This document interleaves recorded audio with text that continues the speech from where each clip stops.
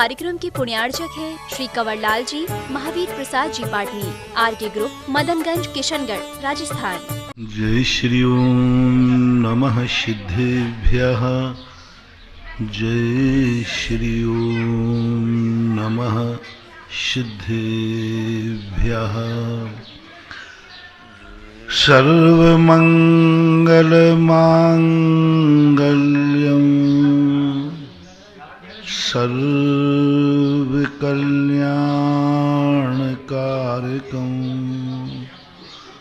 प्रधानं सर्वधर्माणां जैनं जयतु शासनं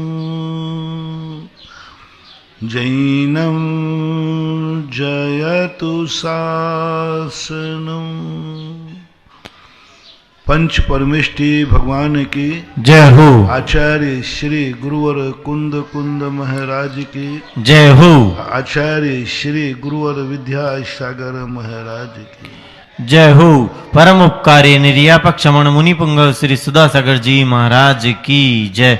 आचार्य संघ की जय। हर व्यक्ति स्वतंत्र आजाद होना चाहता है। मन से भी मैं कुछ भी चिंतन करूं, वचन से भी मैं कुछ भी बोलूं, काया से भी मैं कुछ भी करूं, मेरे ऊपर कोई पाबंदी नहीं होना चाहिए। ये आजादी, ये स्वतंत्रता जनमानस की नहीं, प्राणी मात्र की नियति है। पशु पक्षी भी ये आजादी चाहते हैं, कीड़े मकोड़े भी ये आजादी चाहते हैं, पेड़ पौधे निगोदिया जीव भी ये आजादी चाहते हैं। अय्यास जो लोग होते हैं वे भी यही आजादी चाहते हैं। सारी दुनिया इस आजादी का जैन दर्शन ने कोई ज्यादा चर्चा नहीं की। इस आजादी के संबंध में कोई ज्यादा विचार विमर्श नहीं हुआ, क्योंकि जो संसार का स्वभाव ही हो उसके संबंध में क्या चर्चा करना है, तो सभी चाहते हैं। हमारे यहाँ जो वास्तविक स्वतंत्रता और आजादी है वह यह है, हम दूसरे के बंधन में नहीं रहेंगे, लेकिन हम दूसरे को बंधन में नहीं बांधेंगे। हम बंधन में नहीं रहेंगे ये तो हम नहीं चाहते, ये तो हम चाहते हैं, मतलब कि हम बंधन में नहीं रहेंगे, लेकिन ये कोई नहीं चाहता कि मैं बंधन, दूसरे को भी बंधन में नहीं रखूंगा। ये सभी की मन में भाव होता है कि मैं कोई दूसरों के कार्य नहीं करूंगा, लेकिन यह भाव नहीं आता कि मैं दूसरों से कार्य नहीं कराऊंगा। यह सबके मन में भाव है कि मैं किसी की नौकरी नहीं करूंगा, लेकिन ये किसका भाव है कि मैं अपने पास किसी को नौकर नहीं बनाऊंगा। 100% देख लेना।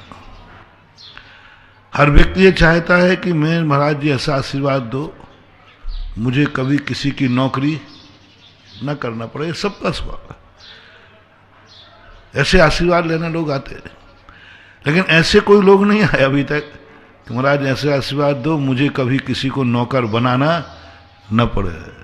अरे नौकर बनाने के लिए तो थोड़ी सी सुविधा मिली नहीं और 4 नौकर लगाए। ये सबसे बड़ा बंधन जैन दर्शन ने खोजा। जैन दर्शन की ये खोज है सबसे बड़ी। तुम्हें कौन पकड़ रहा है इसके संबंध में चर्चा नहीं है, तुम किसको पकड़ के बैठे हो इस पर विचार विमर्श किया। तुम्हें कौन मार रहा है इसकी चर्चा नहीं की, तुम किसको मार रहे हो इसकी चर्चा है। जैन दर्शन ने कोई इसकी चर्चा नहीं की तुम्हें कौन मार रहा है, उसके लिए मैं क्या करूं, कोई मुझे मारने आए तो मैं क्या करूं, इसकी चर्चा नहीं है। चर्चा है तुम किसी को तो नहीं मार रहे हो, कोई तुम्हें मार रहा है, इसको अहिंसा की परिभाषा में नहीं लिया कि तुम तो किसी को नहीं मार रहे हो, ये अहिंसा है।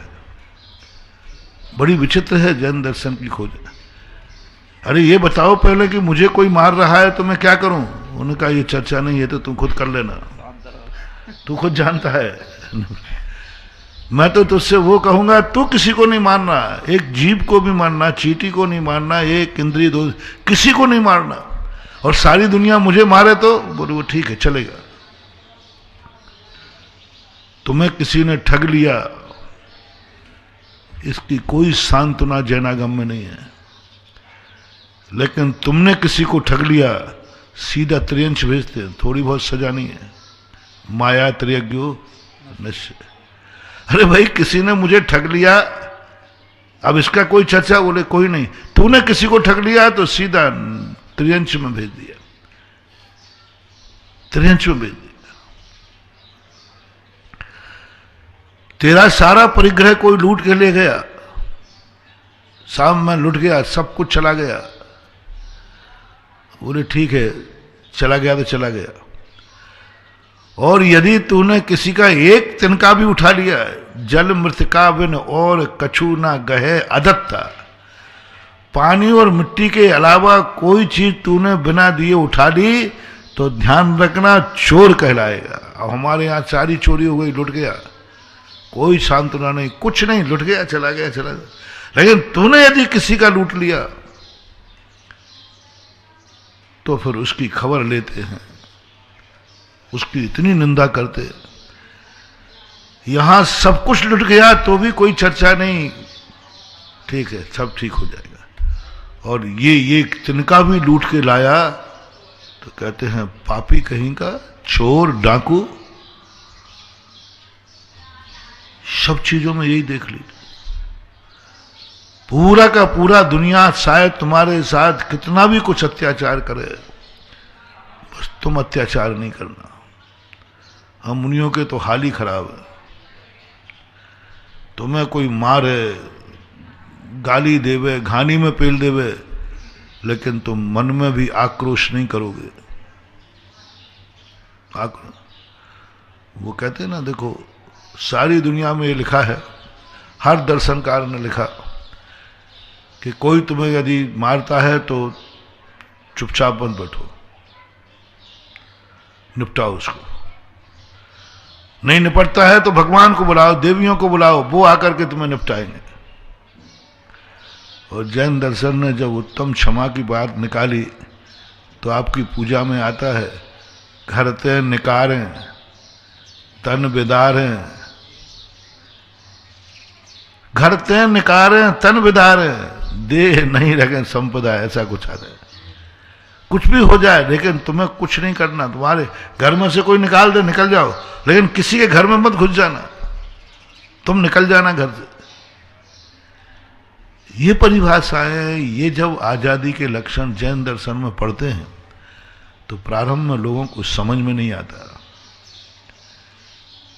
लोगों को लगता है कि जैन धर्म एकांकी है, लेकिन जब गहनतम गहन रूप से निकलते हैं तो सबसे ज्यादा व्यक्ति कसाय मरने में नहीं करता, मारने के लिए करता है। मरने में तो आर्त ध्यान ही होगा, मारने में तो सबसे ज्यादा कसाय होती है। मरने में इतनी कसाय नहीं है, मारने में ज्यादा कसाय है। लुट जाओ तो इतनी कसाय नहीं आएगी, आर्त ध्यान ही होगा। लूटने में बहुत मायाचारी करना पड़ती है, लूटने में मायाचारी नहीं होती। हम सो रहे थे, लूट ले गया, लेकिन लूटने के लिए सोते सोते लूट लोगे? लूटने के लिए प्लानिंग करना पड़ेगी, मायाचारी करना पड़ेगी, भय माया कितनी कसाएं होती हैं, तब कोई किसी को लूट पाता है। ठगने में कोई मायाचारी नहीं, तुम तो सहज भाव में थे, उसने ठग लिया। लेकिन दूसरे को ठगने के लिए प्लानिंग बनाना पड़ती है, कसाय भाव ज्यादा होता है। इसलिए जैन दर्शन की उस आजादी के ऊपर चर्चा करना है, अपन कल से कर रहे हैं कि मैं ये तो तुम्हारा हो गया इसलिए मैंने उसकी चर्चा नहीं की। मैं किसी का काम न करूं, कोई मेरे से काम न कराए, मैं अपने काम करूं। अपन चर्चा कर रहे हैं कि अपन को यह सोचना है कि ऐसा मैं क्या करूं, मेरे काम मैं दूसरों से न कराऊं। पहला निर्णय अपना था, हमें जिंदगी में ऐसी इच्छा नहीं करना जो पापियों से कराना पड़े, पाप करके पूरी करना पड़े। ऐसी समस्या मेरी जिंदगी में ना आए जिसका निपटारा पापी के द्वारा हो। ऐसी बात ये तो तुम जानते हो, कोई पापी के यहां मुझे नौकरी ना करना पड़े, किसी पापी का कार्य मैं ना करूं। ये नहीं कह रहा हूं कोई पापी से मुझे कार्य नहीं कराना पड़े, ये तो तुम जानते हो, ये तो तुम्हारे पास है। हे भगवान, यदि मुझे नौकरी करनी पड़े तो किसी अच्छे घर में करूं, किसी पापी के यहां ना करूं। कोई पापी की इच्छाएं मुझे पूरी ना करना पड़े, ऐसा पापी व्यक्ति जो अपनी इच्छाएं मेरे से पूरी कराए, उसके कार्य मैं करूं, ऐसा कोई नहीं चाहता। अब मैं ये कह रहा हूं कि तुम ये संकल्प करना है कल के प्रवचनों से कि मैं ऐसी कोई इच्छा नहीं करूं जो पापी मेरी इच्छा पूरी करे। मैं पापी की इच्छा पूरी करूं, ये तो तुमने निर्णय ले लिया, लेकिन अब मैं कह रहा हूं कि मैं पापियों से अपनी इच्छा पूरी ना कराऊं। मेरी समस्या पापी से नहीं निपटाना। दूसरी बात मैंने कही थी, ऐसे कोई कार्य नहीं जो हमें परायों से निपटाना पड़े, परायों का काम नहीं करना पड़े। ये तो तुम्हारे मन में भाव है कि हे भगवान, ऐसी आशीर्वाद दो कि मुझे परायों के यहां नौकरी नहीं करना पड़े, परायों का काम न करना पड़े। हम तुम्हें उपदेश दे रहे हैं कि तुम नियम करो कि मुझे परायों से काम न करवाना पड़े। जो पर हैं, जो हमारे कोई नहीं है, जो हमारे कोई नहीं है, उनसे हमें अपने काम करवाना पड़ रहा है। ऐसी क्या इच्छा पाल ली, ऐसा क्या संकट आ गया।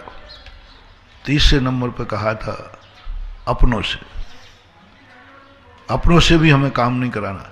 अपनों के काम नहीं करना, ये तुम्हारे मन में भाव आ सकता है, लेकिन अपनों से भी काम नहीं कराना। चौथे नंबर पर था अपना, हर व्यक्ति माँ बाप से अपनी इच्छाएं पूरी कराता है और ये कभी नहीं सोचता कि माँ बाप की इच्छाएं मैं पूरी करूं। मैंने ये नहीं कहा कि हर बेटे को, चर्चा ही नहीं शास्त्रों में, कि तुम माँ बाप से इच्छाएं पूरी कैसे कराना, अपने भाई बंधुओं से, परिवार से अपनी इच्छाएं पूरी कैसे कराना, इसकी चर्चा जैनागम में नहीं है, क्योंकि ये तो तुम करते ही हो। दुर्योधन भी करता था। दुर्योधन अपने माँ बाप से इच्छाएं पूरी कैसे कराई जाती हैं, सारी दुनिया दुर्योधन से सीख चुकी है। दुर्योधन में, ये तो दुर्योधन में भी नीति आ जाती है, पाप तो दुनिया में, निर्धन में, कि बड़ों से कैसे काम कराना अपन को, और उसने कराया। आपका भी मन यही होता है, आप अपने बड़ों को यूज करते हैं, अपनी इच्छाएं पूरी कराने के लिए ताकत लगाते हैं कि ये जो मेरे साथी हैं, मेरे माँ बाप हैं, ये मेरी इच्छा कैसे पूरी करे, इसके लिए तुम क्या क्या नहीं करते हो। रोते हो, गाते हो, धमकी देते हो, जितने तुम्हारी ताकत होती है पूरी ताकत लगा देते। किसके लिए? माँ बाप मेरे अनुकूल हो जाए, ये भाव करते हो। जैन दर्शन कहता है नहीं, तुम माँ बाप के काम नहीं करना चाहते हो, नहीं। माँ बाप को वसीयत नहीं लिखना चाहते हो, नहीं। अपनी कमाई माँ बाप को नहीं देना चाहते हो, नहीं। माँ बाप की लेना चाहते हो। संसार में कितने बेटे हैं जिनने माँ की गोदी गंदी ना की हो। कितने बेटे हैं जिसकी माँ ने उसकी बेटी गंदी कर दी, गोदी गंदी कर दी हो, कपड़े ना के बराबर, लेकिन बेटे तो सभी। कितने बेटे हैं जो माँ के हाथ से रोटी नहीं खाई हो? कितने बेटे हैं जिन्होंने अपने हाथ से माँ के मुंह में रोटी खिलाई हो? लाड़ से सही, प्यार से सही। हो सकता है तुम्हारी माँ को इतना कष्ट ना हुआ हो। माँ ने कई बार मजबूरी में नहीं, लाड़ प्यार से भी तेरे मुंह में रोटी खिलाई है, खा बेटा। ये 100% है। कितने बेटे हैं? सभी बेटे हैं किसी ना किसी माँ के। हर बेटे से मैं पूछता हूं, तुमने कब थाली लगा करके अपने हाथ से ग्रास बना करके माँ को रोटी खिलाई है? माँ ने तुझे ना जाने कितने बार दूध दिया, तुमने कितने बार उसको दूध चाय दी। माँ ने कितने बार तुझे गिलास पानी भर के दिया, तूने कितने बार माँ को गिलास दिया। दोनों का एक डायरी बनाओ और लिखो।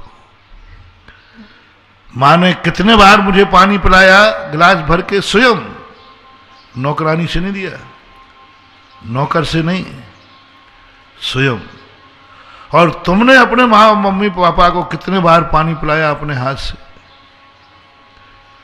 कितने बार माँ बाप तुझे मंदिर ले गए, 45वें दिन के बाद ही ले गए। तुम अपने माँ बाप को कितने बार मंदिर ले गए? वो कितने बार तुझे घुमाने ले गए, तुम उनको कितने बार घुमाने ले गए? सारा हिसाब लगाओ। जैन दर्शन कहता है, माँ बाप के कार्य मुझे ना करना पड़े, ये तो तुम्हारा भाव है, इसको पलट दो। बस भगवान एक आशीर्वाद दो, मुझे अपने कार्य माँ बाप से न कराना पड़ा। मेरी इच्छाएं, अब तुम बड़े हो गए हो, मेरी कोई भी आवश्यकता माँ बाप से पूरी नहीं कराऊंगा, माँ बाप से पूरी नहीं कराऊंगा। हो सकेगा तो अब मैं माँ बाप की इच्छा पूरी करूंगा। माँ बाप से अब रोटी नहीं बनवाऊंगा, माँ से मैं माँ बाप को रोटी बना के खिलाऊंगा। माँ मेरे कपड़े नहीं धोएगी, अब मम्मी पापा के कपड़े मैं धोऊंगा, मैं धोऊंगा माँ बाप के कपड़े। अब मैं होश में आ गया हूं। आज भी बड़े होने के बाद भी, शादी होने के बाद भी, पत्नी आने के बाद भी, यदि तुम्हारी मम्मी कपड़ा धो रही है, सावधान, तुम्हारा विनाश हो रहा है। तुम जैन कुल से धोबी कुल का पर्याय बांध रहे हो। नियम से धोबी में कुल में जन्मोगे तुम, क्योंकि पत्नी घर में थी, तुम घर में थी, और कपड़े कौन धो रही थी? मां। महानुभाव, गलती मत करना। होश में आने के बाद नियम करो, पैर पे खड़े होने के बाद नियम करो, शादी होने के बाद नियम करो, दोनों बैठकर नियम कर लो। महानुभाव, कितने तुम्हें कष्ट उठाना पड़े। मैं बहुत करुणा दया करके कह रहा हूं। अब मेरी शादी हो गई है, बैठ करके करो। पत्नी से कहो, अब माँ रोटी नहीं बनाएगी। माँ ने बना बना करके मुझे 25 साल खिलाई हैं। अब 25 साल तक पत्नी से कहो, या तो तू खिला बना के, नहीं तो मैं बना के खिलाता हूं, मैं खिलाऊं। हर बेटे को रोटी बनाना सीखना है। हर बेटे को होम साइंस आना चाहिए। हर बेटे को, मैं तो कह रहा हूं संसार के जितने बेटे हैं, आज हर बेटे को एक नियम लेना है, रोटी बनाना सीखना है। मैं पूजा करना नहीं सिखा रहा हूं अभी। मैं तो पूजा सिखाते सिखाते थक गया। तुम्हारा कल्याण नहीं हुआ। क्यों नहीं हो रहा है? तो पता चला कि पूजा करना तो इनको आ गया, लेकिन रोटी बनाना नहीं आया इनको। तो अब मैं पहले एक क्लास से चल रहा हूं। हर व्यक्ति को रोटी बनाना सीखना है। क्यों? बीवी के लिए नहीं कह रहा हूं, मम्मी पापा के लिए। नियम करो ये। कोई पूछे रोटी बनाना क्यों सीख रहे हो? बोले मम्मी पापा के लिए। पत्नी का क्या भरोसा? वो तो पराये खून की है, पराये घर सी है। ये मेरा बाप है। क्या कहा? पत्नी को मत डांटना। पत्नी गड़बड़ करती है, मैं स्त्रियों को कभी नहीं कहता हूं, क्योंकि वो तो पराए घर से आई है।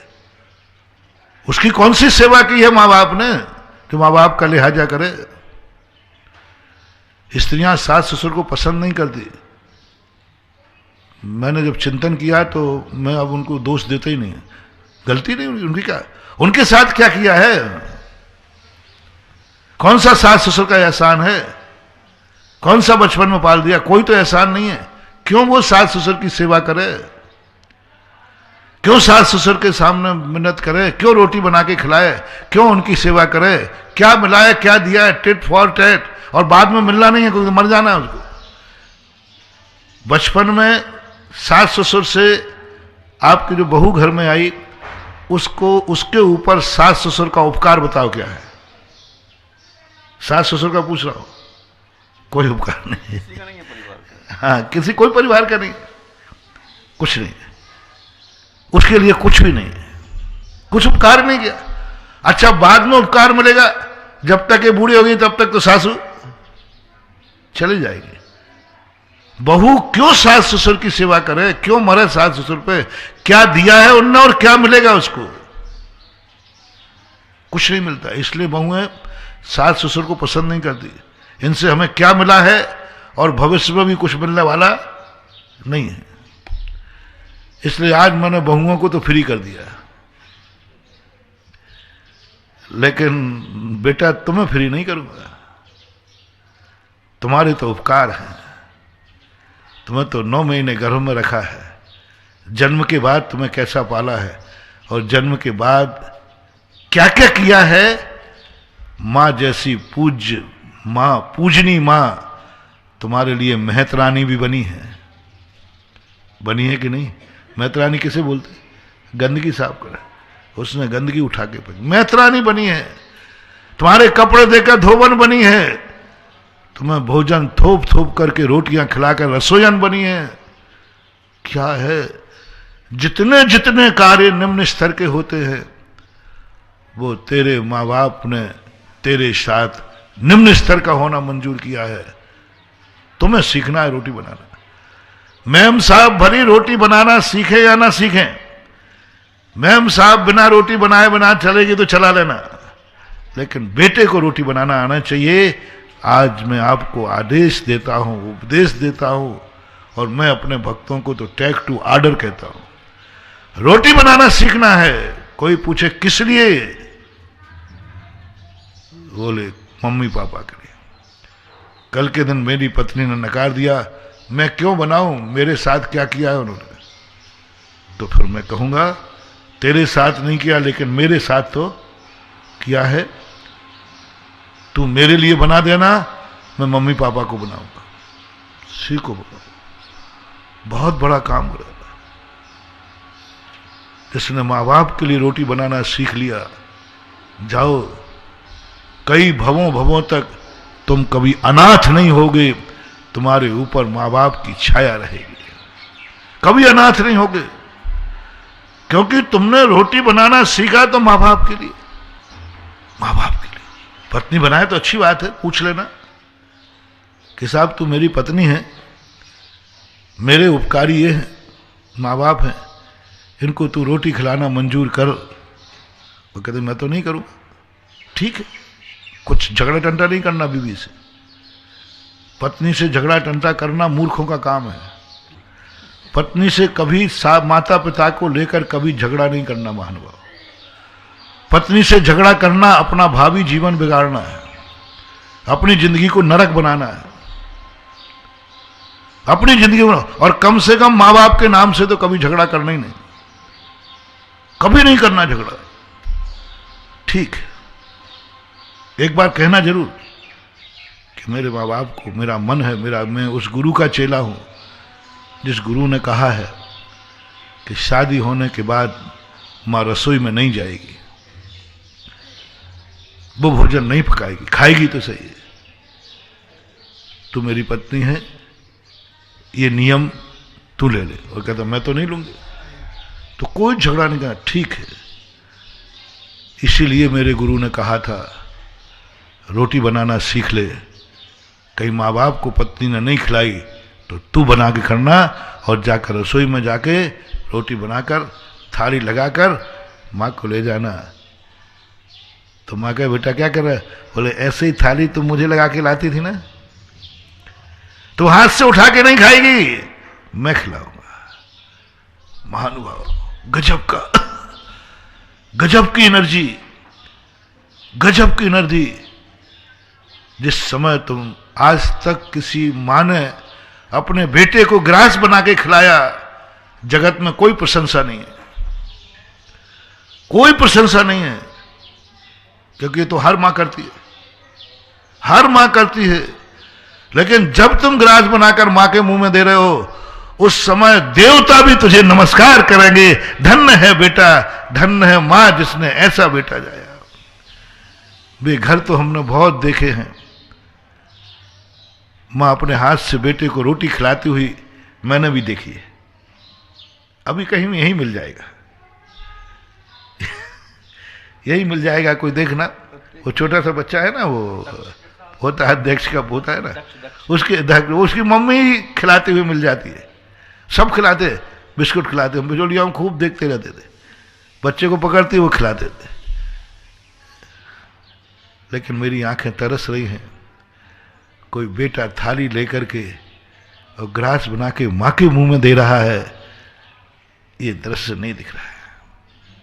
ये दृश्य देखने में वे तो खूब आए, लेकिन ये दृश्य देखने में आ जाए, देवता नमस्कार करेंगे और कहेंगे धन्य माता, धन्य बेटा। कैसा बेटा जाया।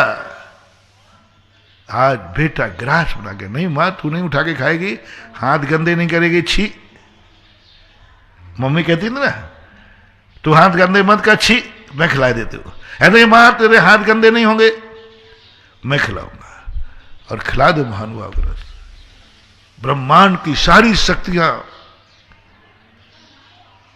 तुम्हारे लिए सिर पर उठा लेगी। ये है, इसकी चर्चा जैन दर्शन करता है, इसकी प्रशंसा नीतिकार करते हैं, इसकी प्रशंसा शास्त्रों में भरी पड़ी है, साहित्य में भरी पड़ी है। मैं अपने प्रवचनों से मां को उपदेश नहीं दे रहा हूं कि वो मां कैसे जो अपने बेटे को रोटी ना खिलाए, वो तो खिलाएगी, हमारे बिना कहे खिलाएगी, वो तो त्रिंचनी भी खिलाती है। एक पक्षी भी एक दाना लेकर के लाता है मुंह में, और किसको खिलाती है? बच्चे को, वो भी खिलाती है। मां तो खिलाती है बच्चे को, लेकिन किसी पशु के बच्चे ने मां को दाना खिलाते नहीं देखा मैंने। मां को तो देखा है, कई बार यहीं देखने में आ जाता है, यहीं पर बैठे रहते हैं पशु पक्षी, और वो दाना ला करके बच्चे को देते हैं। आप लोग शेयर करो मुझे, कभी किसी बच्चे को त्रियंच पक्षी ने मां को खिलाते देखा? मैंने नहीं देखा। कोई भी बच्चे ने आज तक मां को दाना नहीं खिलाया, मां ने खिलाया। ये पशुओं में नीति, इसलिए वो पशु हैं। पशु किस लिए हैं कि मां तो दाना खिलाती है, लेकिन वो मां को दाना खिला के नहीं देती। मां की सेवा तो करता है, मां सेवा तो करती है, उसको दूध पिलाती, लेकिन कभी वो पशु उसकी सेवा नहीं करता। तुम कौन हो? कुंद कुंद स्वामी पूछ रहे हैं। पशुओं के लिए समय सार नहीं है, सपूतों के लिए। दो उपदेश मैंने कहे थे ना, परसों सरवार सिद्धि में आया था। एक उपदेश होता है दुर्जन सज्जन सबको, लेकिन सत्य का उपदेश होता है सज्जन को। समय सार सज्जनों का सार है। कुंद कुंद स्वामी सज्जनों के गुरु हैं, दुर्जनों के गुरु नहीं, पापियों के गुरु नहीं, पुण्यहीनों के गुरु नहीं। वो समंत्रभद्र महाराज, समंत्रभद्र महाराज सबके गुरु हैं, पापियों के, पुण्यात्माओं के, पुण्यहीनों के, जन्म जन्म के पापियों के, चंडाल के, धीवर के, मातंग के, सबके गुरु। पशुओं के, अरे कुत्ते का नाम ले लिया, शुक्रों के नाम ले लिया, वे सबके गुरु हैं। लेकिन कुंद कुंद स्वामी तो साधुओं के गुरु हैं, सज्जनों के गुरु हैं, पवित्र आत्माओं के गुरु हैं, कर्तव्यनिष्ठ आत्माओं के गुरु हैं। वो तो कहते मैं सपूतों के गुरु हैं। बोलो पशुओं में तुम में क्या अंतर है? जिस बेटे ने आज तक अपनी मां के हाथ की रोटी खाई है और उसको अपने हाथ से रोटी नहीं खिलाई, आज उन सारे बेटियों को मैं पशु संज्ञा से घोषित करता हूं। वे भली मनुष्य बन गए हों लेकिन वो पशुओं की गिनती में आएंगे। नर त्रियंच समान, मनुष्य बनने पर भी वो क्या है? पशु ही है, पशु ही मानना। कोई सींग उगाने से कोई पशु का लक्षण नहीं बनता, पूंछ हो जाने से पशु का लक्षण नहीं बनता। पशुता आ जाए वही पशु है। सारे पशुओं से कहना है मेरा आज तुम्हें एक मौका दे रहा हूं, आज से ही अपनी जिंदगी बदल दो। जिन बेटों को रोटी बनाना नहीं आता वे रोटी बनाना सीख जाएं, रसोई सीख जाएं, माँ बाप के लिए, मात्र माँ बाप के लिए। मैं अभी गुरु की बात नहीं कर रहा हूं, वो बाद में करूंगा। अभी तो तुम्हारी गृहस्थी की, माँ बाप के लिए बनाना सीखो, पानी भरना सीखो, चाय बना, जो कुछ भी तुम्हारी माँ को पसंद है नियम करो। जब माँ ने मेरी हर इच्छा पूरी की है तो मैं भी अपने माँ बाप की हर इच्छा पूरी करूंगा। बहुत कम इच्छाएं होती है रे उनकी। तेरी इच्छाओं का रिजल्ट खोलूं? तेरी इच्छाएं कितनी माँ बाप ने पूरी की हैं और क्या क्या करके की है। कई घरों में तो ऐसे हैं कि बेटों की इच्छाएं बेचारे कर्जा करके पूरी करते हैं। पढ़ाई लिखाई बीमारी सब कर्जा करके करते हैं, मकान बेच देते हैं, रोड पे आ जाते हैं तेरी इच्छा पूरी करने। मेरा बेटे की इच्छा सारी पूरी, जो पढ़ना चाहे पढ़। गरीब माता पिता को मैंने देखा आते हैं, महाराज जी बेटे को पढ़ाना मेरी हैसियत तो नहीं। मैंने कि जितनी हैसियत है उतना पढ़ाओ जितनी हैसियत है उतना पढ़ाओ। नहीं, मेरे बेटे की इच्छा है कि मैं बहुत आगे पढ़ूं। तो मैंने कि उसके खर्चा तो बहुत है। तो महाराज जी अब जो होगा जो कर्जा कर लूंगा, मकान बेच दूंगा, लेकिन बेटे की इच्छा तो पूरी करूंगा। मकान बेच दिए। एक व्यक्ति ने मेडिकल में बेटे ने कहा मैं तो डॉक्टर बनूंगा, डॉक्टर में तो पैसा लगता ही है। उसने मकान जमीन बेच दी। मैंने कहा हैसियत से पढ़ाओ, जितनी हैसियत उतना पढ़ाओ। नहीं, बेटे की इच्छा तो पूरी करूंगा। पीढ़ियों दर सा मकान, पीढ़ी दर की जमीन बेच दी एक बेटी की इच्छा पूरी करने के लिए। ऐसे एक नहीं, मेरे सामने तो कम उदाहरण आए। संसार में ऐसे कितने केस होंगे, हजारों निकलेंगे। अब मैं दूसरा प्रसंग जिस पे हमें उपदेश देना पड़ रहा है, ऐसे कितने बेटे हैं जो माँ बाप की इच्छा पूरी करने के लिए मकान बेच दें, माँ बाप की इच्छा पूरी करने के लिए कटिबद्ध हो जाए। माँ बाप की इच्छा पूरी हैं, जरूर हैं, होंगे, जरूर होंगे, कुछ बनेंगे जब ही होंगे। तभी मेरे मुख से प्रवचन निकल रहा है, क्योंकि प्रवचन मैंने देखा है, मैंने तो अनुभव किया।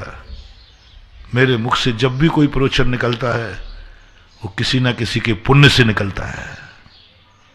50 बार की घटना हुई। मैं खुद तवज्जो करके रहता, मैं क्यों बोल रहा हूं ऐसा, मुझे क्या लेना देना है।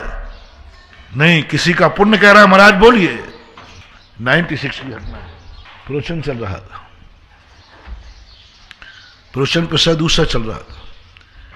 एकाएक प्रवचन मुड़ गया, पता नहीं क्यों मुड़ा। मैं एकदम से आदमी, मैंने प्रवचन कैसे मुड़ गया। विषय दूसरा चल रहा था, अध्यात्म का विषय चल रहा था। और 15-20 मिनट के बाद विषय ऐसा मुड़ा कि मैं ताज्जुब किया, पुनः लौट के मैं कैसे आऊं मूल विषय पर। मेरा नेचर है कि जो विषय शुरू करता हूं अंत में उसको ध्यान रखता हूं कि मैंने क्या शुरू किया, वहीं लाना। मैं आने को तैयार नहीं, बोलता गया। पूरा 1-1.5 घंटे का प्रवचन हुआ।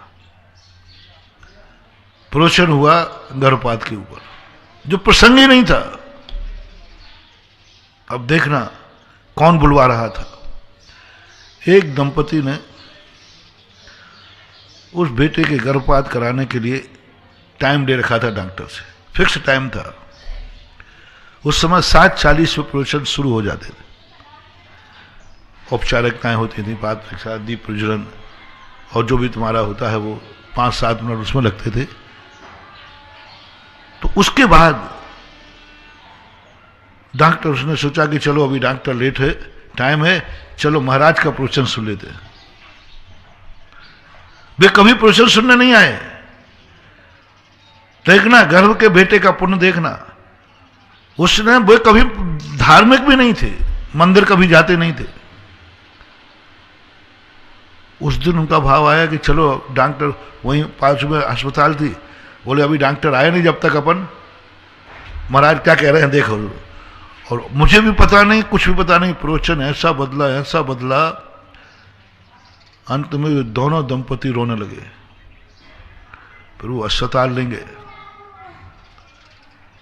मेरे पास आए तो फूट फूट करके रो पड़े। मैंने कि भैया महाराज जी आज के प्रवचन ने हमारी जिंदगी बदल दी, मैं इसको मरवाने जा रहा था, टाइम ले गया, पर्ची दिखाई उन्होंने, मैं टाइम लिया है, 1-1.5 घंटे बाद इसको टुकड़े टुकड़े करके नाली में फेंक दिया जाता है, और हम खुद जा रहे हैं, हमने खुद टाइम लिया है। मैं स्तब्ध रह गया। और वो बेटे का जन्म हुआ बाद में, और बेटे को लेकर के जो माँ बाप रोए हैं, बेटे का जन्म हुआ, बहुत अच्छा बेटा।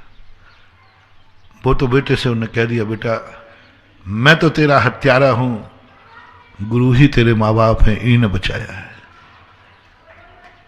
वो बेटा नाम नहीं बताऊंगा मैं, माँ बाप का भी नहीं बताऊंगा, किसी के परिवार की इज्जत, लेकिन आज भी मेरे पास आता है। और माँ बाप थोड़े वृद्ध हो चले हैं, लेकिन वे भी रो पड़ते बस। मैंने कही तुम चिंता मत करो, उस दिन जो प्रवचन मेरे से दिलवाया है उसी बेटे ने दिलवाया है। वो इतना मजबूत बेटा आयु कर्म लेके आया है कि माँ बाप जो कभी प्रवचन सुनने नहीं जाते उन्हें प्रवचन में भेज दिया, और महाराज का भी दिमाग बदल दिया। तुम्हारे पुण्य में बहुत बड़ी ताकत है महानुभाव, भगवान को भी चुप कर देता है और भगवान से भी बुलवा लेता है। श्रावकों के पुण्य, वो पंक्तियां पूर्णतः चतुर्दात होती हैं। भगी भागन बस जोगे बसाए धुनि। साधु और भगवान बोलते नहीं हैं, श्रोताओं का पुण्य बुलवाता है, बुलवाता है। भगवान कभी बोलते ही नहीं। श्रोताओं का पुण्य नहीं था, 66 दिन तक महावीर स्वामी नहीं बोले, केवल ज्ञान होने के बाद। देखो कैसी बात, केवल ज्ञान को कौन रोक सकता है? 66 दिन तक मौन है। बोले क्यों नहीं बोल रहे? बोले श्रावक का पुण्य नहीं है, श्रोताओं का पुण्य नहीं है। जैसे श्रोताओं का पुण्य आया भगवान बोल गए, तुम्हारे पुण्य में बहुत बड़ी ताकत है। ये उस दिन मुझे महसूस हुआ। उस दिन के बाद मैंने नियम लिया कि अब मैं कोई प्रवचन की प्लानिंग बना करके स्टेज पर नहीं बैठूंगा। पहले कई बार मैं ग्रंथ ले लेता था, गाथा ले लेता था, कुछ बोलता था। उसके बाद मैंने कहा नहीं, ये प्रवचन समाज के, ये प्रवचन इनका पुण्य बुलवाएगा। और उसके पुण्य ने देखो मेरे के लिए पलट दिया, मेरे लिए पलट दिया, साधु को पलट दिया। और गर्भ में बच्चा कहाँ है अभी? कोई मुझसे फोन करके नहीं कहा, कमरे में आके नहीं कहा, नादान बच्चा गर्भ में है। और 2-4 महीने का होगा, महीना मुझे पता नहीं, 5-6 महीने बाद बच्चे को जन्म लेने के बाद वो लाए थे। 2-4 महीने का बच्चा गर्भ में है, और वो महाराज को प्रवचन बदलने की ताकत रखता है।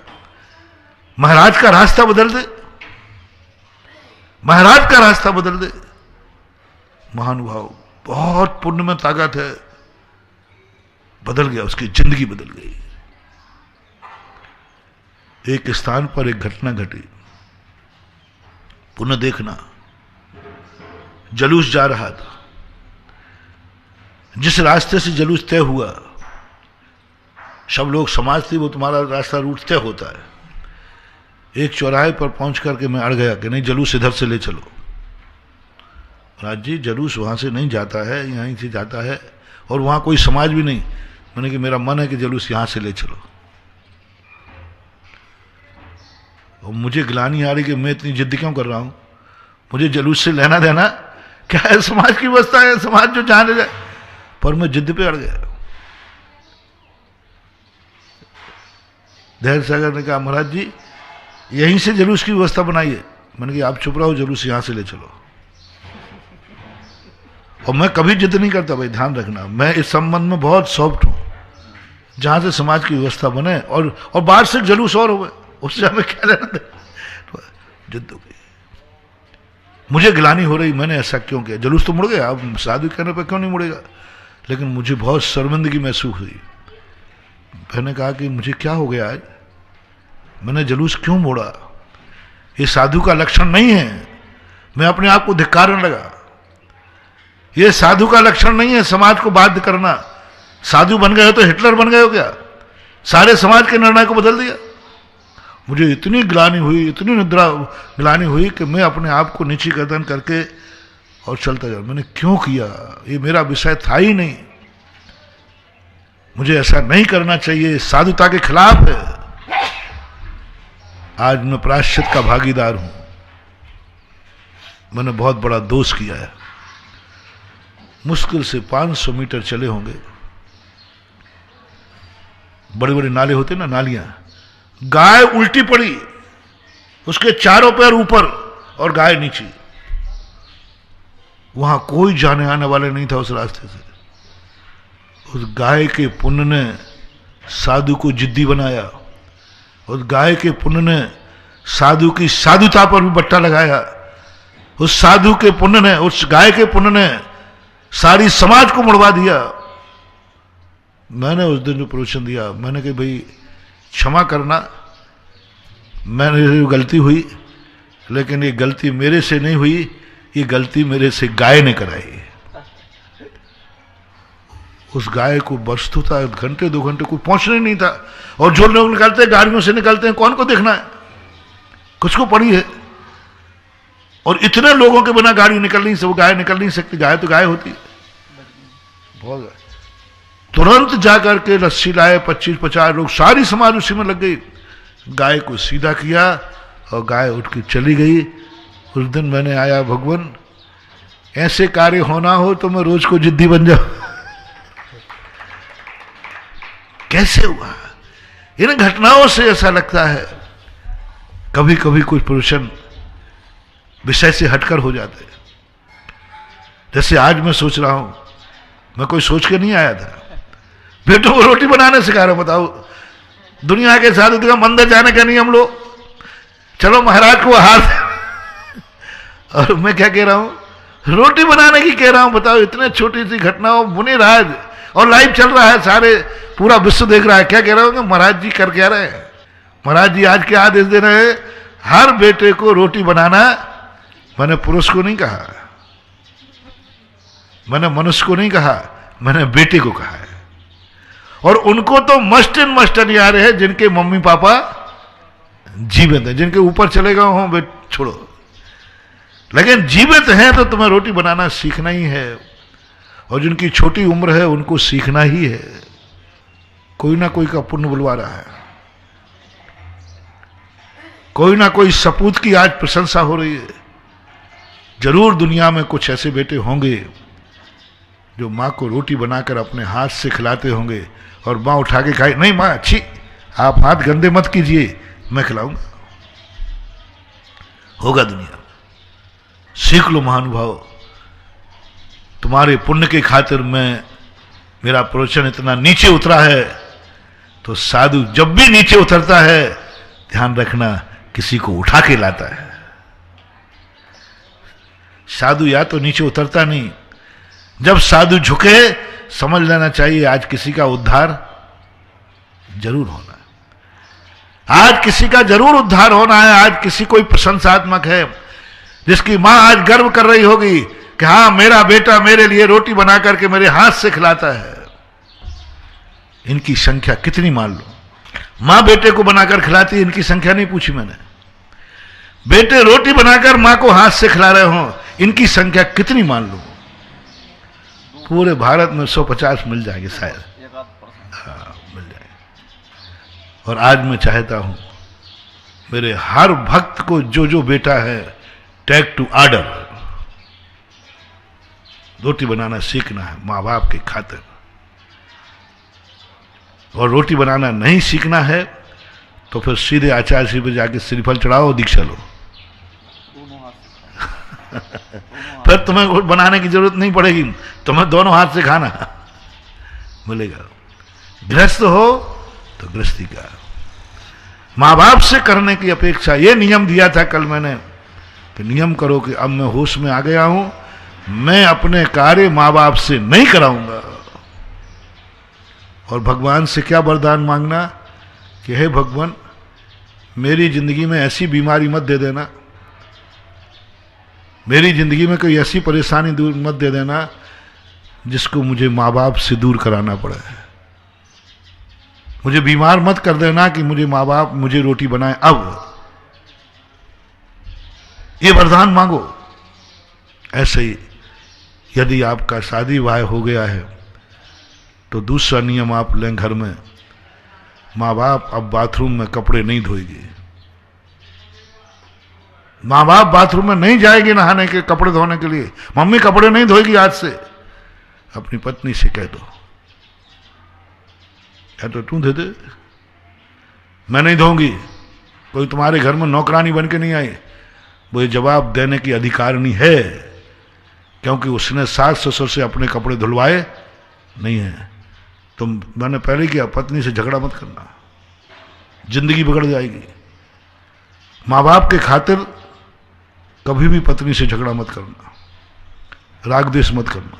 माँ बाप के खातिर तुम कहना ठीक, तुम तुरंत साबुन उठाना और अपने मम्मी पापा के कपड़े धोना शुरू कर देना महानुभाव, कर देना। यदि तुमने माँ बाप के, अब तुमने होश संभाला है, स्वयं बेटा माँ बाप के, माने तो तेरे कपड़े बहुत ढेर सारे संसार के बाथरूम भरे पड़े हैं बेटों के कपड़ों से, और माँ वहां धोबन बन के बैठी है। ऐसे बाथरूम चाहिए जिसमें माँ बाप के कपड़े रखे हैं और बेटा धो रहा है। बेटा, ऐसा यदि तुमने कर लिया तो जाओ, एक दिन तुम्हारे स्वर्गों से धुले हुए कपड़े आएंगे। ऐसे नहीं आते हैं तीर्थंकर के कपड़े। तीर्थंकर का भोजन बताते स्वर्गों से आता है। मैं यही सोचता था, तीर्थंकर ने पूर्व में भावना भाई होगी, हे भगवान, माँ बाप मेरे लिए रोटी बनाएंगे, माँ बाप मेरे लिए रसोईन बनेंगे, ऐसी भावना भाई होगी उन्होंने, ऐसी भावना भाई होगी। इसलिए उनका भोजन स्वर्गों से आता है, उनके कपड़े स्वर्गों से आता है। माँ बाप से नियम लिया होगा, यही नियम लिया होगा कि मैं अब बड़ा हो गया हूं, मेरे मम्मी पापा मेरे कपड़े नहीं धोंगे, मैं मम्मी पापा के धोऊंगा। और इस नियम का परिणाम है कि स्वर्गों से कपड़े आएंगे रे तेरे, तुझे कपड़े धोना नहीं पड़ेंगे, कल्प वृक्षों से मिलेंगे कपड़े, धोना नहीं पड़ेंगे तुझे कपड़े, अपने नहीं धोना पड़ेंगे। भोग भूमि होता है, कल्प वृक्षों से मिलते हैं। स्वर्गों में पिटारे रखे हैं, उनमें से निकाल के पहनते रहते हैं। तीर्थंकर के कपड़े स्वर्ग में। तुम्हें मैं कोई साधारण टिप्स नहीं दे रहा हूं, तुम मात्र एक नियम लेना है कि आज के बाद मम्मी पापा हमारे कपड़े तो छोड़ो, वो खुद के कपड़े भी नहीं धोएंगे, तुम्हारे तो धुलवाने ही नहीं। और ये भी कान खोल के सुन लो, विशेष परिस्थिति को छोड़ करके घर में बेटा बहू है और तेरे कपड़े यदि तेरी मां धो रही है तो जा, तू जैन के बाद मरने के बाद धोबी बनेगा, दूसरों के कपड़े धोएगा, तब दो रोटियां मिलेंगी। ये चौलेश्वर पारसनाथ से फरमान घोषित हो चुका है। कब? विशेष परिस्थिति की नहीं, हाली बीमारी की बात अलग है। सामान्य रूप से प्रतिदिन तुम्हारे बेटे पत्नी तुम्हारे घर में है, तुम खुद हो और तुम्हारे कपड़े बाथरूम में जाकर के मां धो रही है। मत धुलवाना, मेरा दुश्मन भी हो तो भी उससे मेरा कहना है, बड़े होने के बाद माँ बाप को धोबन मत बनाना। बना लिया 20 साल 25 साल, अब नहीं बनेगी मां, पत्नी नहीं धोगी, तुम धोने बैठ जाओ, मां तुम्हारे कपड़ों पर प्रेस नहीं करेगी। कर लिए बहुत 25 साल, खूब गुंडागिर्दी कर ली, खूब शौक कर लिए, माँ के प्रेस किए हुए धुले हुए कपड़े, कलप दिए हुए कपड़े खूब पहन लिए। अब नहीं, अब नहीं, नहीं नहीं। चाहे भली तुम फटे कपड़े पहन लेना, बिना प्रेस के कपड़े पहनना, गंदे कपड़े पहन लेना, नहीं पहनो तो टावल लपेट लेना, और क्या। लेकिन मां से कपड़े मत धुलवाना। और मां अपने कपड़े भी नहीं धोएगी आज से, मैं धोऊंगा अपने भी और स्वयं मां बाप। ऐसा ही और आगे गृहस्थी में हमें और ज्यादा बातें ध्यान में आती नहीं। बर्तन मजवाना, आपका जूठा बर्तन उसने बहुत मांजा है, अब नहीं। मम्मी पापा आप मेरे जूठे बर्तन नहीं मांजोगे। मम्मी माँ का बर्तन खुद झूठा मां नहीं मांजेगी, पत्नी मांजेगी, नौकरानी लगी वो मांजेगी, या तुम खुद मांजो। मैं अपने भक्तों को अपने मां के बर्तन मांजने के लिए क्या बोलते, बर्तन मांजने वाली को बरो नहीं बोलते, कुछ बोलते, वो बन जाओ। 100 जन्म तक मैं नियम तुम्हें आशीर्वाद देता हूं, तुम्हारी जिंदगी में कभी ऐसा मौका नहीं आएगा कि तुम्हें दूसरों के जूठे बर्तन मांजना पड़े। ऐसे कितने लोग हैं जो दूसरों के जूठे बर्तन मांजते हैं, तब 2 रोटियां मिलती हैं पेट को, है कि नहीं। दूसरों के जूठे बर्तन, आप भोजन करते बड़े बड़े और वो जूठे बर्तन मांजते हैं, तब भोजन मिलता है। ये कौन है? ये वो ही पापी हैं जिन्होंने बड़े होने के बाद मां से अपने जूठे बर्तन मजवाए हैं। जूठे बर्तन मंगवाए बड़े होने के बाद, विवाह के बाद, शादी होने के बाद भी। और कोई परिस्थितियां नहीं है कि बहू बीमार है या बहू अशुद्धि में है या बहू कहीं गई है, वो परिस्थिति नहीं है। महानुभाव मान जाओ मेरी बात, इस प्रवचन को साधारण प्रवचन नहीं मानो, नियम हो जाए हर घर में। अब मैं बड़ा हो गया हूं, मां मेरा जूठा बर्तन नहीं मानेगी, और तेरा जूठा भी तू नहीं मानेगी, मैं मांजूंगा या मेरी पत्नी मानेगी, नहीं है तो नौकर लगा दूंगा, लेकिन तू नहीं मानेगी। मां से हाथ जोड़ के कह देना। बोले बेटा इसमें क्या बुराई है, अभी तक मानती आई हूं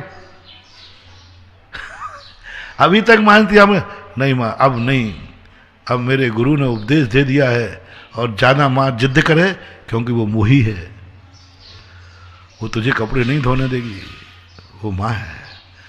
वो तुझे बर्तन नहीं मांजने देगी, वो मां है। तुम फिर अंत में धमकी देना, मां लगता है तू अगले भाव में मुझे बरौनी बनाएगा, धोबी बनाएगी। ठीक है मान ले, मेरे गुरु की कैसे सुन लो। अब तेरा बेटा मर करके धोबी के यहां जन्म लेगा, तेरा बेटा मरकर बरौनी के यहां जन्म लेगा, तेरा बेटा मरकर कैटर्स के यहां जन्म लेगा। ठीक है तेरी यही मर्जी है तो मांजो। बोल मां चाहती है कि मैं अगले भाव में धोबी का, जैन हूं अभी, जैन बेटा धोबी के यहां जन्मूंगा, ये गुरु के वचन है। मैं बरौनी बनूंगा, बड़ौगा बनूंगा, तो दूसरों के जूठे बर्तन मांजूंगा। नहीं ऐसा तो नहीं चाहती मैं, ये अंतिम धमकी है। तो बेटा मैं ऐसा तो नहीं चाहती, तो फिर उठ जाए यहां से, बाथरूम से बाहर आओ, कपड़े मैं जा रहा हूं धोने के लिए। जैसे बने तैसे आपको ये कार्य करना है। और भी जो कार्य, झाड़ू लगाने के कार्य हैं, अब बड़ा हो गया, घर में झाड़ू मां नहीं लगाएगी, बहुत झाड़ू लगा चुकी वो, बहुत झाड़ू लगा चुकी, अब नहीं, अब तुम आके कमरे में झाड़ू लगाएगा, तुम आके कमरे में झाड़ू लगाएगा। जो मां के कमरे में झाड़ू लगा देते हैं, एक दिन लोग उसे चवर ढूंढते हैं। राजा महाराजा होते ना, चवर ढूंढते हैं। क्यों ढूंढ रहे हैं चवर? इन्होंने कभी मां के कमरे में झाड़ू लगाई होगी। सारे सिस्टम ये बदलो, अपने सिस्टमों को। और एक नियम जो कल दिया था, बस अब मैं अपने कार्य, मैं अपनी इच्छाएं मां बाप से पूरी नहीं कराऊंगा। कोई भी इच्छा आ जाए, पिताजी से खर्चा नहीं मांगोगे? नहीं पिताजी अब नहीं। बेटा कुछ तूने आजकल मांगना बंद कर दिया?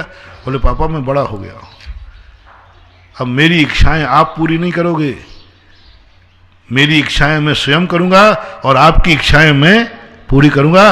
आप बताइए क्या इच्छा है आपकी, पूछ लीजिए। तो 4 दिन में कभी माँ बाप से पूछ लिया करो रे, कभी जन्मदिन पर पूछ लिया करो, कभी होली त्योहार पर पूछ लिया करो, मम्मी पापा आपकी कोई इच्छा हो तो। मम्मी ने तो पता नहीं प्रतिदिन पूछती थी, बोल बेटा क्या खाएगा, क्या इच्छा है, क्या पिएगा, क्या पहनेगा। हर बार कभी कोई ना कोई त्योहार आया, कोई घर में कार्यक्रम हुआ, हमेशा माँ पिता पूछते, बोल बेटा तेरी क्या इच्छा है, तो अच्छी तरह पढ़ के आया, बोल तेरी इच्छा है। खूब देते। उन बेटों को मैं उपदेश दे रहा हूं जो होली दिवाली, उनके जन्मदिन आदि कोई भी खुशी के दिन मम्मी पापा के चरणों में बोले, पापा आज बताओ आपकी इच्छा क्या है। आपकी इच्छा मैं पूरी करूंगा, आपने तो मेरी खूब इच्छाएं पूरी की, अब मैं गुरु का उपदेश सुन चुका हूं, बैठो चलो। साल भर में 2-4 बार मैं तो कहता हूं, कह दूं, कहूंगा तो सही, नहीं तो मुझे गैस बनेंगे। 24 घंटे में एक बार उठते ही सबसे पहले, मम्मी पापा कुछ तो तुम करोगे तो सही, लाओगे तो सही, मम्मी पापा आज की तो इच्छा क्या है। मत लो तुम कोई नियम, मत लो कोई तुम नियम, मत आओ तुम मंदिर, चलो तुम्हारे लिए घर का मंदिर बनाता हूं, मुझे कोई फर्क नहीं पड़ता। मोक्ष नहीं जाओगे तो कोई बात नहीं, कम से कम मैं अपने भक्त को नरक तो नहीं भेजूंगा, इतना तो मुझे संतोषी हो जाएगी। इतना नियम ले लो कि मम्मी पापा सुबह उठकर पूछूंगा, मम्मी पापा आपकी इच्छा क्या है, आज की इच्छा बताओ। इच्छा बताना पड़ेगा, आज की इच्छा बताओ। कुछ भी बता सकते, बहुत नहीं बताएगी, चिंता मत करना, घबराना मत। माँ बाप की बहुत छोटी इच्छाएं होती हैं, इच्छाएं तो होती हैं, लेकिन वो बेटे को बताती बहुत छोटी है, क्योंकि वो जानता है कि मेरा बेटा पूछना पड़े। इतना नहीं करो तो हफ्ते में पूछना, महीने में पूछना। इतना नहीं कर सको तो कम से कम होली त्योहार में, उनके जन्मदिन आदि पर कोई हो, उस दिन पूछना, बोलो माँ बाप क्या इच्छा है तुम्हारी, मैं इच्छा पूरी करूंगा। और माँ बाप कहें तेरी इच्छा क्या है, बोले मैंने आपसे इच्छा पूरी कराने का त्याग कर दिया है, गुरु ने नियम दे दिया है, आप मेरी कोई इच्छा पूरी, मैं आपकी इच्छा नहीं बताऊंगा, क्योंकि मेरा नियम है, अब मैं बड़ा हो गया हूं, माँ बाप से कोई इच्छा पूरी नहीं कराऊंगा, इसलिए मैं आपको नहीं बताऊंगा, मेरी इच्छाएं खुद स्वयं पूरी करूंगा और आपकी भी करूंगा। ये इच्छाएं, और अपना कल का प्रश्न था, अंत में ही माता पिता के पास सुना था कि हर लोग व्यक्ति को एक नियम करना है, अब मैं बड़ा हो गया हूं, मेरी इच्छा माँ बाप से पूरी नहीं कराऊंगा। समस्या आ जाए तो भगवान से, गुरु से वरदान मांगना कि हे गुरु महाराज, हे भगवान, ऐसा आशीर्वाद दे दे जिससे मेरी कोई समस्या मेरे माँ बाप पूरी करें। ऐसे दिन मत दिखाना, ऐसे मत दिखाना कि मेरी समस्या माँ बाप दूर करें, बस उसका वरदान दे दे कि मैं अपनी समस्याएं स्वयं दूर करूं और माँ बाप की समस्या भी मैं दूर करूं। महावीर भगवान की जय। इस कार्यक्रम के पुण्यार्चक थे श्री कंवरलाल जी, महावीर प्रसाद जी पाटनी, आरके ग्रुप, मदनगंज, किशनगढ़, राजस्थान।